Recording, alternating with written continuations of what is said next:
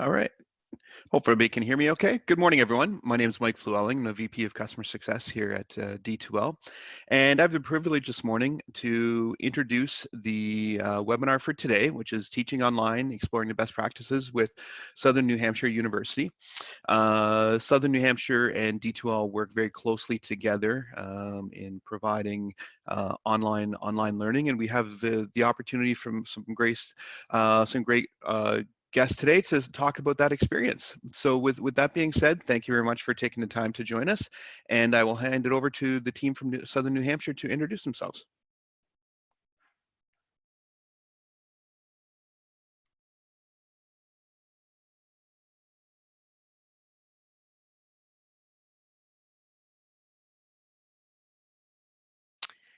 Good morning, everyone. I am trying to start my video just so you can put a face to a name. My name is Deb McDonough, and I'm waiting for the host to start the video. If not, that's okay. We can continue on. I'm the Assistant Vice President of the Center for Online Learning and Teaching at Southern New Hampshire University, and I'm joined here by some of our team at Southern New Hampshire University, and I'm going to have them introduce themselves as well. Good morning, everyone. My name is Emma Lang. I am the Director of Faculty Training and Development here at Southern New Hampshire University. I've been with the university for just about 7 years and spent a fair amount of time on the Learning Science and Assessment team, designing some of our programs, as well as an academic advisor.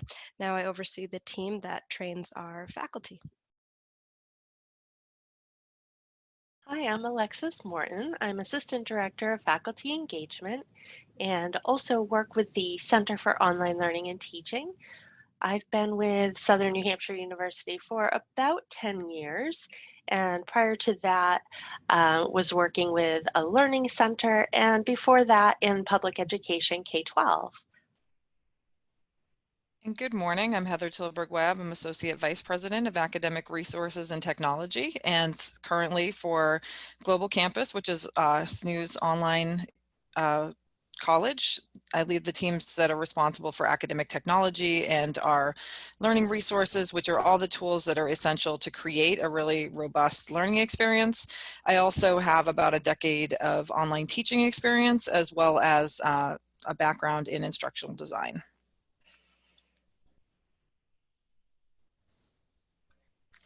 So with that, we're moving into the agenda for this. So we've started with introductions, just so you have a sense of who we are and what kind of experience we're bringing to this talk. So we're going to move into some of the fundamentals of best practices for online teaching, starting with creating and maintaining presence, moving into instructional integrity, and finally structuring priorities. As we're speaking, if you have questions that come to mind, feel free to type them in the Q&A.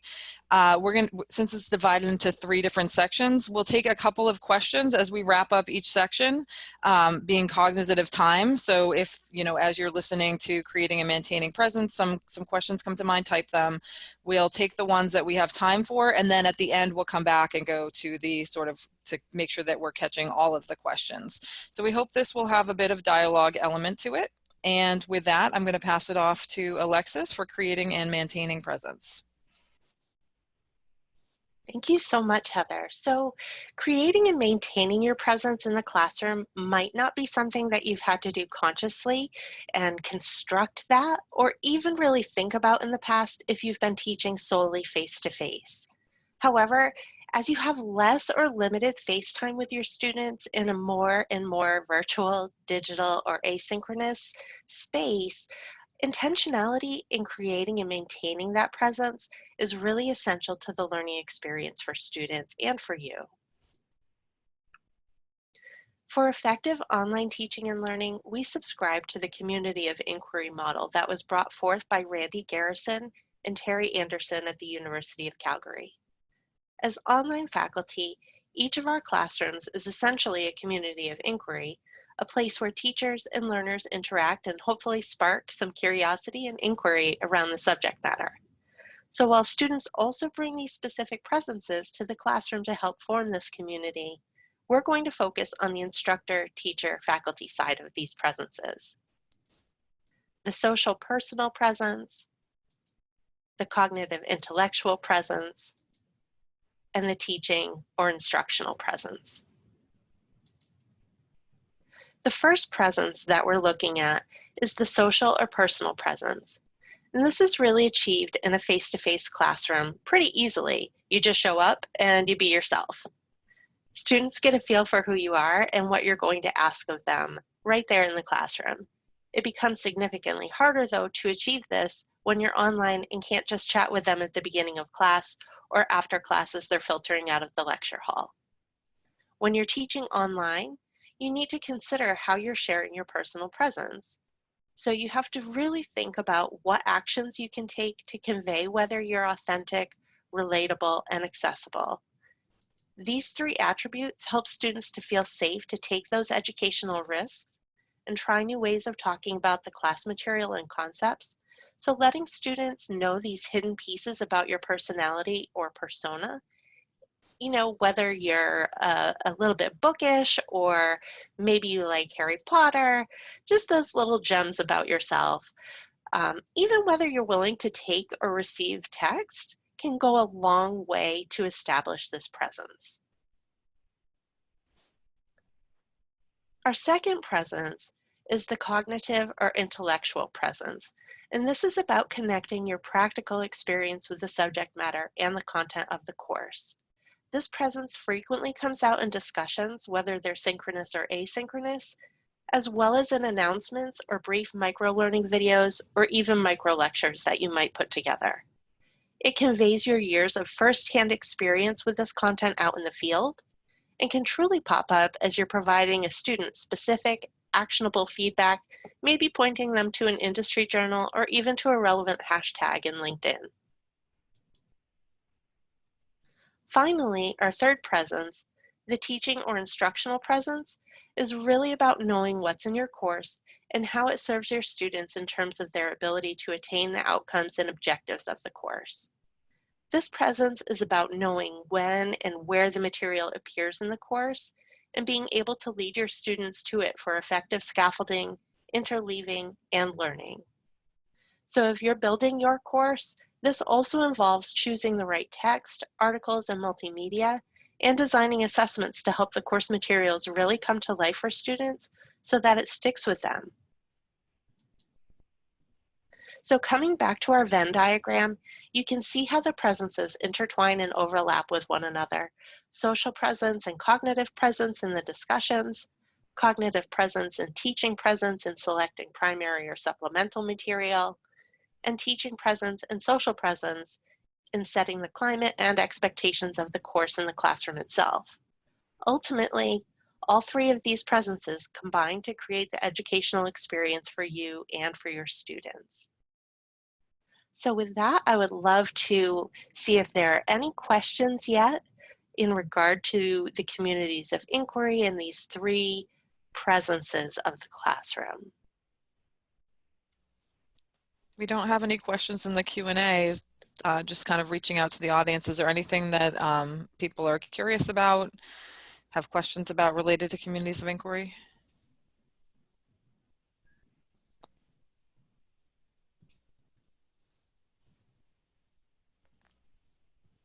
So we do have a question, Alexis. You mentioned texting. Is this not a boundary issue? So interesting question. I think there are a lot of ways that you could think about this in terms of boundaries. One thing that I typically do when I'm teaching is I use a Google Voice number, which just forwards to my phone, and that way I don't have to give out my personal phone number.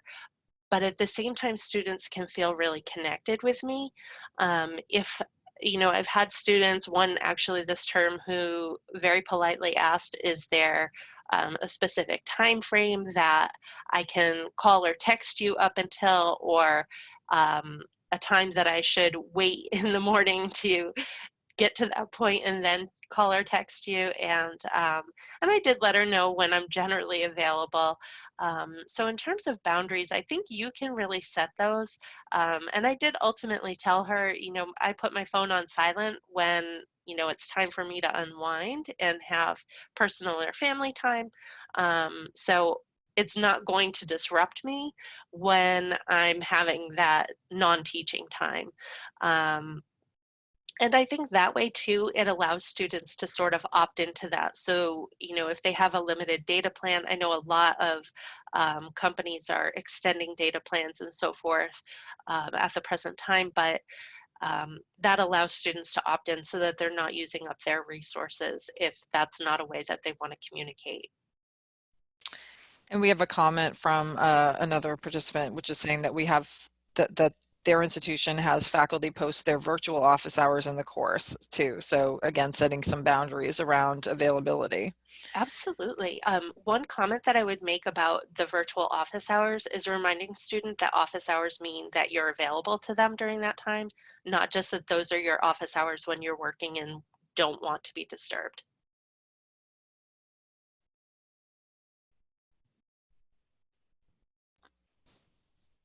Any other questions? So that was a great dialogue. So any feedback that folks have? And of course, if questions come up later as we're going through, you can feel free to put those into the Q&A too. Excellent. Thanks, Alexis and Heather. This is Deb, and now we'll move on to instructional integrity. And when we talk about instructional integrity, what we really mean is how do we transition our face-to-face content into an online format while maintaining the same course and program outcomes. In moving the traditional lecture, discussion, and assignment into an online format, there are 4 areas that we recommend being mindful of in order to maintain instructional integrity. First, we need to identify the most salient assignments or aspects of the course that maintain the integrity of their learning outcomes. Any additional busy work should be stripped out if at all possible. While we can't fit everything into an online format, nor should we need to instead trust authentic assessments as a measure of learning rather than time on task. If possible, assessments should focus on contextualized tasks resembling real-world tasks and activities. These may come in the form of written or oral assessments, but are typically not multiple choice standardized tests. Instead, they enable the students to demonstrate their competency in a more authentic setting. When we think about assessment tools, they need to be flexible but consistent. They should be consistent across rubrics, sections, etc., so that courses can scaffold into one another and students are prepared in a consistent manner. Lastly, it's important to be mindful of contract cheating. This can be more than what we think of as traditional plagiarism. There are numerous sites that will not only now provide artifacts, but create original works for students. Within Brightspace, which we use with D2L, we use Turnitin, which is a plagiarism detection tool, and this helps cut down on some types of plagiarism. However, it can't flag the original work that's not the student's and a student purchases from somebody else to do. Use of tracking with IP addresses or multi-factor identification are some ways that universities are verifying identity now. In addition to paying close attention to what is transitioned as content into an online course, we also recommending having some type of community of practice for faculty to connect. This should be a platform where regular connections can occur between deans and administrators or faculty peer-to-peer. It's a place where people can share best practices, crowdsource the answering of questions, and it also allows for transparency in messaging and a consistent approach or message to everyone. Now more than ever, I think we need to maintain a connection to one another and not operate in silos within our classrooms. A community of practice is a place where we can maintain this connectedness from bottom up, top down, and across peers. At SNHU, we use a platform called SNHU Connect, and we have an overall site for our Center of Online Learning and Teaching, as well as a separate site for each different vertical to connect with their deans and peers on the same subject matter. Any questions on communities of practice or instructional integrity? I'd be happy to take them now or at the end of the presentation. And I think it's just helpful to add too, right? If you're, we do have a question. Would you explain Brightspace? Absolutely. So Brightspace is our learning management platform that we we use. All of our classes are in it, and it's provided to us by D2L. And maybe Mitch can talk a little bit more about what Brightspace is and the opportunities that we have to teach our classes through D2L.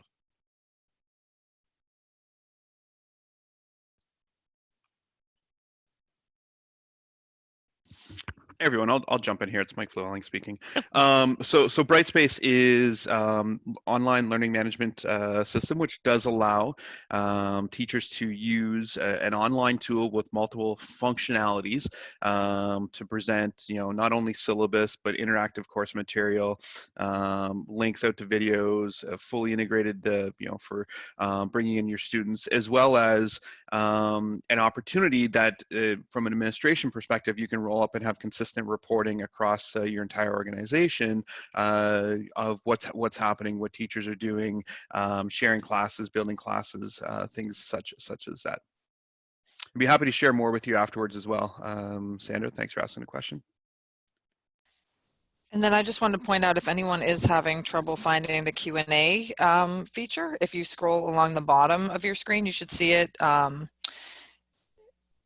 of near where you would have other features like leaving the meeting. So if you scroll over the bottom of the screen, you should be able to see a Q&A feature where you could post your question. Any other question about communities of practice, setting up support for faculty, instructional integrity? Okay, excellent. With that, we'll move over to Emma, who will talk a little bit about structuring priorities. Thanks, Deb. So I will be speaking today about how to structure priorities and sharing with you all some of the best practices that we teach Southern New Hampshire faculty in order to help them structure their priorities as an online faculty member. I think now more than ever, it's important because many of us, our environments have changed, our working environments have changed, so hopefully some of these priorities will be helpful. So first, multitasking, as you likely know, is a biological impossibility, so we recommend monotasking instead. Monotasking can help reduce errors, can help increase creativity and productivity. So a couple of highlights to help with monotasking include removing temptation, so turning off apps or access to social media sites, YouTube, etc. Even turning off and locking certain websites is a possibility as well if you find yourself tempted to, while working, to also dive into other things. Working on one monitor, so there are benefits certainly to using two screens, and they may also afford greater chance to multitask into distraction. Moving, so moving around and taking a few moments to move around your office space helps you refocus on the task in front of you, but it's also good for wellness and physical health as well. And then setting a timer, you can work to focus in shorter increments by taking 1 minute to refocus and start again. But you might also want to use a timer, for example, to set 30 minutes where you're going to focus solely on one specific task. So really all workers and workdays are unique. And the differences in workdays and locations seem to be very pronounced right now. So some additional keys to monotasking include using small increments. You won't be able to change your habits in a day, so making small changes, such as taking just one of the tips on this slide and exploring one of them, is a great way to see which strategies work for you. Holding yourself accountable as well. Setting your own deadlines is great, but sometimes we do need to have regular check-ins, whether it's with a coworker or a friend, and share those deadlines with others. Certainly sharing deadlines with students is something that we do all the time, and that's a way to hold them accountable, so you can also use the same with yourself. And then finally, forgive yourself. Mistakes happen. Managing time priorities can be challenging, so don't dwell on those mistakes, rather work on making small changes at a time. Another tip that we share is using the Eisenhower matrix, sometimes also known as the priority matrix. I'm sure many people have seen this before, so I wanted to talk a little bit about it as specifically as it relates to teaching online. So the first quadrant should include tasks that are important to complete today or tomorrow at the latest, and this is what you would do first. An example might be student grading that has to be completed with substantive, personalized feedback within a grading deadline. Quadrant 2, something you can schedule, so that might include tasks that are important but less urgent, and they could be scheduled on the calendar. An example would be creating a new assignment in a learning management system that had to be completed by next week. That doesn't necessarily have to get done today. Quadrant 3 is delegate, so those are tasks that do not have to be completed by you and could be passed on to a more appropriate person where possible. This isn't really always realistic teaching online, but it could also be something that just could be set aside for a later time. So an example is maybe you had planned to work on the discussion board today, but 3 or 4 students submitted questions that need immediate attention. Since the discussion board could be done tomorrow, you could reorganize your plans to answer those student questions. And then finally, quadrant 4, everyone's favorite quadrant, is what you should not do. So these are habits and tendencies that you simply want to remove from your daily practices. It could include activities that might keep you from greater success in managing items in those first 2 quadrants. An example could be searching the internet for something really specific that leads you down into sort of a time-consuming tangent on the internet. Then productivity versus procrastination. So according to behavioral science and workplace performance expert Caroline Webb, our brains are programmed to procrastinate. As a result, a key to overcoming procrastination is to make the benefits of action feel bigger and the costs feel smaller. Procrastination is something that many of us, it's a challenge for many of us, and during this time in particular, it's really important that we are not procrastinating as online teachers. So to make the benefits of action feel bigger, you could visualize the satisfaction of completing the task at hand. So for example, consider what you might do after you've completed that task. Commit publicly. I spoke to this a little bit earlier, such as by telling a colleague you'll email him or her a deliverable. This can help hold you accountable. And again, it's the same thing that we ask of our students when we publicly share due dates for assignments and things like that. Think about the downside of putting off the task. While this may seem like a slightly negative perspective, it really is a helpful tool to consider if you're tempted to put something off until later that should really be completed now. And to make the cost of action feel smaller, identify the first step. Achieving that small goal helps motivate you for the rest of the task. Continuing to chunk things into smaller tasks really helps you prioritize and helps things feel like they are surmountable. Tie the first step of a task you're avoiding to a task that you are looking forward to. So in other words, if you have to call a student, perhaps have a difficult conversation with that student, maybe reward yourself by reading a book or watching an episode of your favorite television show afterwards. So that might make that action, the cost of it, feel a bit smaller. And then finally, remove hidden blockages by asking yourself questions about why you may be struggling in that area. You might learn more about really why you're putting something off and then in turn be able to move forward with it. So finally, I want to start on this last slide of mine by reading a quote by American psychologist and motivation theory scholar. I can change a person's battery, I can charge a person's battery and then recharge it again. But it is only when one has a generator of one's own that we can talk about motivation. One then needs no outside stimulation, one wants to do it. So the reason that quote's there is because it really speaks to the importance of intrinsic motivation. And both in faculty members or in online teachers and in students, it's critical to have that internal motivation.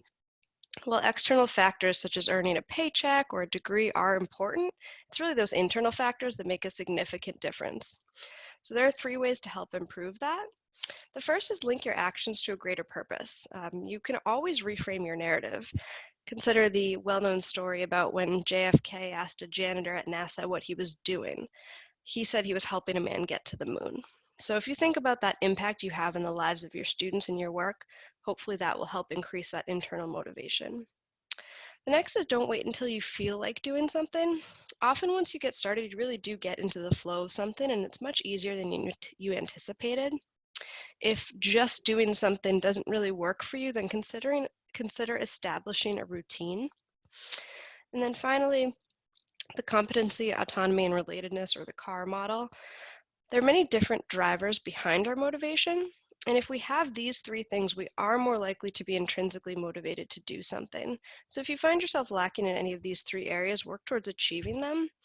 For example, if someone is lacking competency in a technical area, they could seek guidance from a colleague or a mentor who really excels. If someone is lacking relatedness, they could seek to make more frequent and personalized connections with students. So this goes for students and assignments as well. If you can create assignments that students feel competent to complete and autonomous, perhaps by giving them some choice in the assignment, and finally relatedness, make sure that those assignments are relevant, then that's really a great way to help increase their intrinsic motivation. And that was all I had for you today on structuring priorities. If anyone has any questions. Yeah, and we do have a question, and I just want to add, I love how these three pieces of this presentation come together to sort of paint a picture of how faculty might think about going about the business of teaching online. And this ties into the question that was asked, which is, how do we do faculty training? And do we have synchronous trainings or asynchronous, and are they required for everybody? Yeah, that's a great question. So initial training is required for everyone in order to teach at Southern New Hampshire University. It's a 3-week cohort-based model. It is asynchronous, and the focus on many of the things we've covered here today, actually, in different pieces and parts, as well as some very specific Southern New Hampshire University policies and things like that. Additionally, we have a number of other trainings and development opportunities that are not required, where it allows faculty to take a much deeper dive into different areas. For example, discussion boards or grading and feedback, things like that.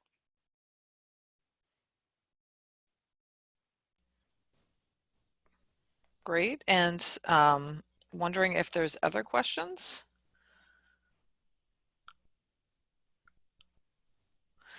Here's another question. Do you have any thoughts on motivation at this particular time feel like is relative in isolation? Yeah, absolutely. This is a tough time. I think this is a really tough time for everyone. The thing that I find to be the most helpful is continuing to link what you are doing to a greater purpose, and also helping learners and students do the same. It's easy to say they are working on a degree because they want to get a job, but right now that's not really top of their mind per se, or they're working on a degree because they want to earn that degree and be the first in their family. So there are a number of different reasons, and focusing on that greater purpose and that greater depth is something that I would recommend. I don't know if others want to add to this, because I think this is something we might all be able to answer. I think, this is Alexis. I think for me, in my teaching currently, the feel like, to your point, Sandra, is so challenging because, at the end of the day, you've been working. If you're working as an adjunct and teaching as an adjunct, then it might feel like one more thing to do, or, trying to kind of delineate what your work time is from your teaching time, and not having, a physical commute. We've been talking a lot with our wellness experts within the university, and just thinking about how to sort of create those divisions, as Emma was sort of talking about too. I keep going back to the Eisenhower matrix personally, and just thinking about what do I need to get done for my students right now, so it's less of the feel like, and more of the ranking of what needs to be done right now, what do I need to do after that. So I continually come back to the prioritization. And that's how I've been working through it personally. And this is Deb. Thanks, Alexis. I would add to that, for me, I think it's important to have some structure to piece out my days. So I guess what I mean by that is to set certain blocks of time for certain activities. We're all in a situation now where we're likely working somewhere that is new to us. As a work environment, I typically go into an office, and now I'm at home. I have 3 kids at home, dogs, cat, distractions. So it's important for me to actually block out time to connect with my kids, to have lunch, to go get the mail, to take a little walk. And that allows me to really focus on my work when I have those blocks scheduled in for work. And just as an addition, as we move into the next question, I think prioritizing in that way too, to really kind of pare down to what are the most essential things for students to accomplish in this time, and as in supporting faculty to lay out that agenda, really focusing on what are the most essential things that will map to the outcomes that people expected to have this semester, because it is difficult, because people are grappling with all of these various new constraints that to be honest, nobody has dealt with before. And so then moving into the next question too, which has been posted, would you have any recommendations for supporting faculty comfort levels and getting past emotional blocks when moving from a traditional to an online teaching environment? I can start with that one. This is Emma. I think one thing that is really helpful is not putting too much pressure on themselves to get everything perfect and use all the latest technologies all the time, but starting with the basics. And the first step might be as simple as, creating one very small discussion board type of assignment. And that first step is going to vary greatly depending on the course and the age being taught and everything. But I think the biggest tip I would give is not to try to overdo it and not to try to use all kinds of fancy technology. Keep it simple to get started. And as you get more comfortable, then perhaps you could incorporate a little bit more of the kind of technical side. I would also add to that, this is Deb, that there are a ton of free tools on the web to add to a classroom, to use, to connect with students.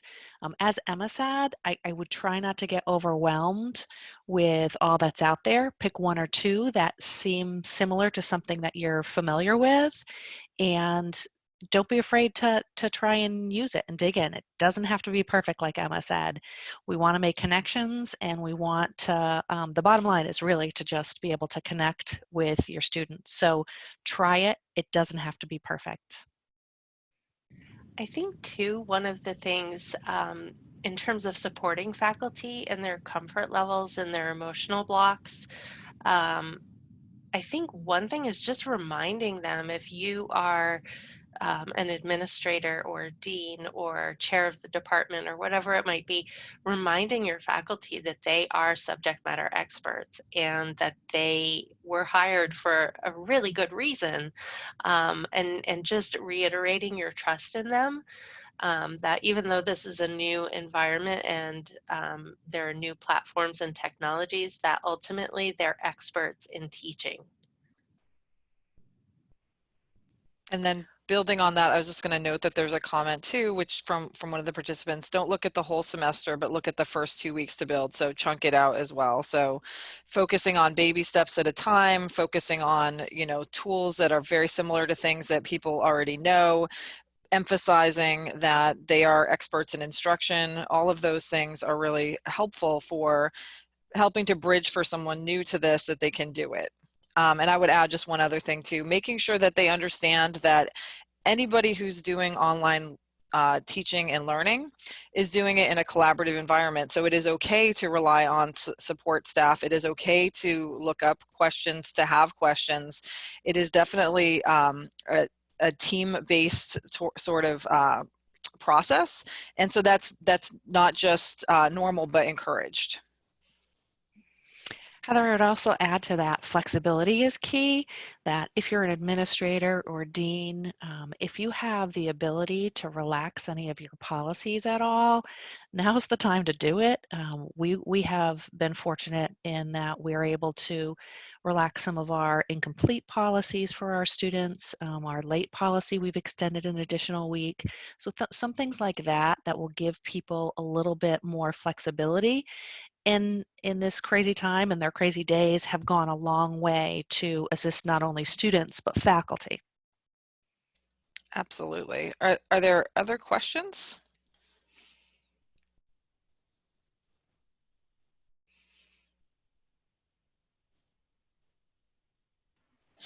So one of the it's Mike Flowing speaking. One of the things I was thinking about as we were going through this is, how would you say things have changed in your environment over the last month or so? Because I know Southern New Hampshire, you guys put a lot of time and effort into planning, getting your faculty ready to go, and this is kind of changed things a little bit in terms of timelines and expectations and your ability to roll out training.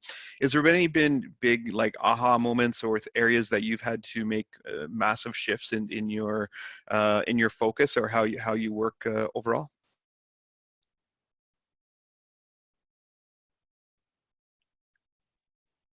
So this is Deb. I would jump in here and say that you're right, Mike. Typically, we take a lot of time and intention in training our online faculty. As Emma had mentioned earlier, we send our faculty through a 3-week onboarding training, and then there's ongoing professional development opportunities. So we understand that being thrown into this environment and having to get up and running within a week or two is not an easy task. What we've been challenged to do is take our very intentional ongoing training and pick out the most salient points to help instructors to jump into that environment with very little kind of preparation behind it. So that's been a challenge, I think, for us in being able to kind of pare down all of our trainings for the very, very important aspects to help and support instructors that are now finding themselves in this situation. Excellent, thank you. I would just add to that, you know, building on Deb's point from the last question too around flexibility. I think even though, you know, because this is such a unique situation for everyone, you know, even if you're already in a situation where you're delivering online, there's so many different new variables in students' lives that even for online instruction, adding flexibility, being lax, you know, lightening up policies, finding some balance between student engagement so students feel connected and not isolated, but also not necessarily requiring the same level of multiple postings in a week or those kinds of things that are typical in online courses, because student situations are so varied. Some students are slammed with work because they find themselves essential employees. Some students find that they were relying on, you know, internet from public spaces that's no longer available to them. There's just so many different things. So I think also really encouraging faculty to be reaching out to students to understand their constraints, to be personable with them, and to let them know that, you know, while they're connected to the university, they're part of a community and that there's supports for them. I think those are all really different in this situation, no matter where you're teaching.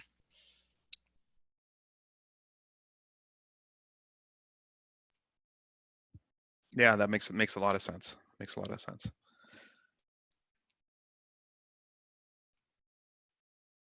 So I want to throw it out there back to the audience if there's any last questions before we wrap up. I don't see any in the Q&A. So thank you everyone for attending today. Really appreciate this. And special thanks to the Southern New Hampshire team for taking time out of their busy schedules to share some of their best practices and you know, their learnings over time. Really do appreciate at this unprecedented time that everybody taking an opportunity to learn what others have to share, and for the Southern New Hampshire team taking the time to really you know, give us some great things to think about and best practices to move forward with. So with that, I think we'll wrap things up, and just want to say once again, thank you, and everybody stay safe and have a good day. Thank you. Thanks all. Thank you. Thanks.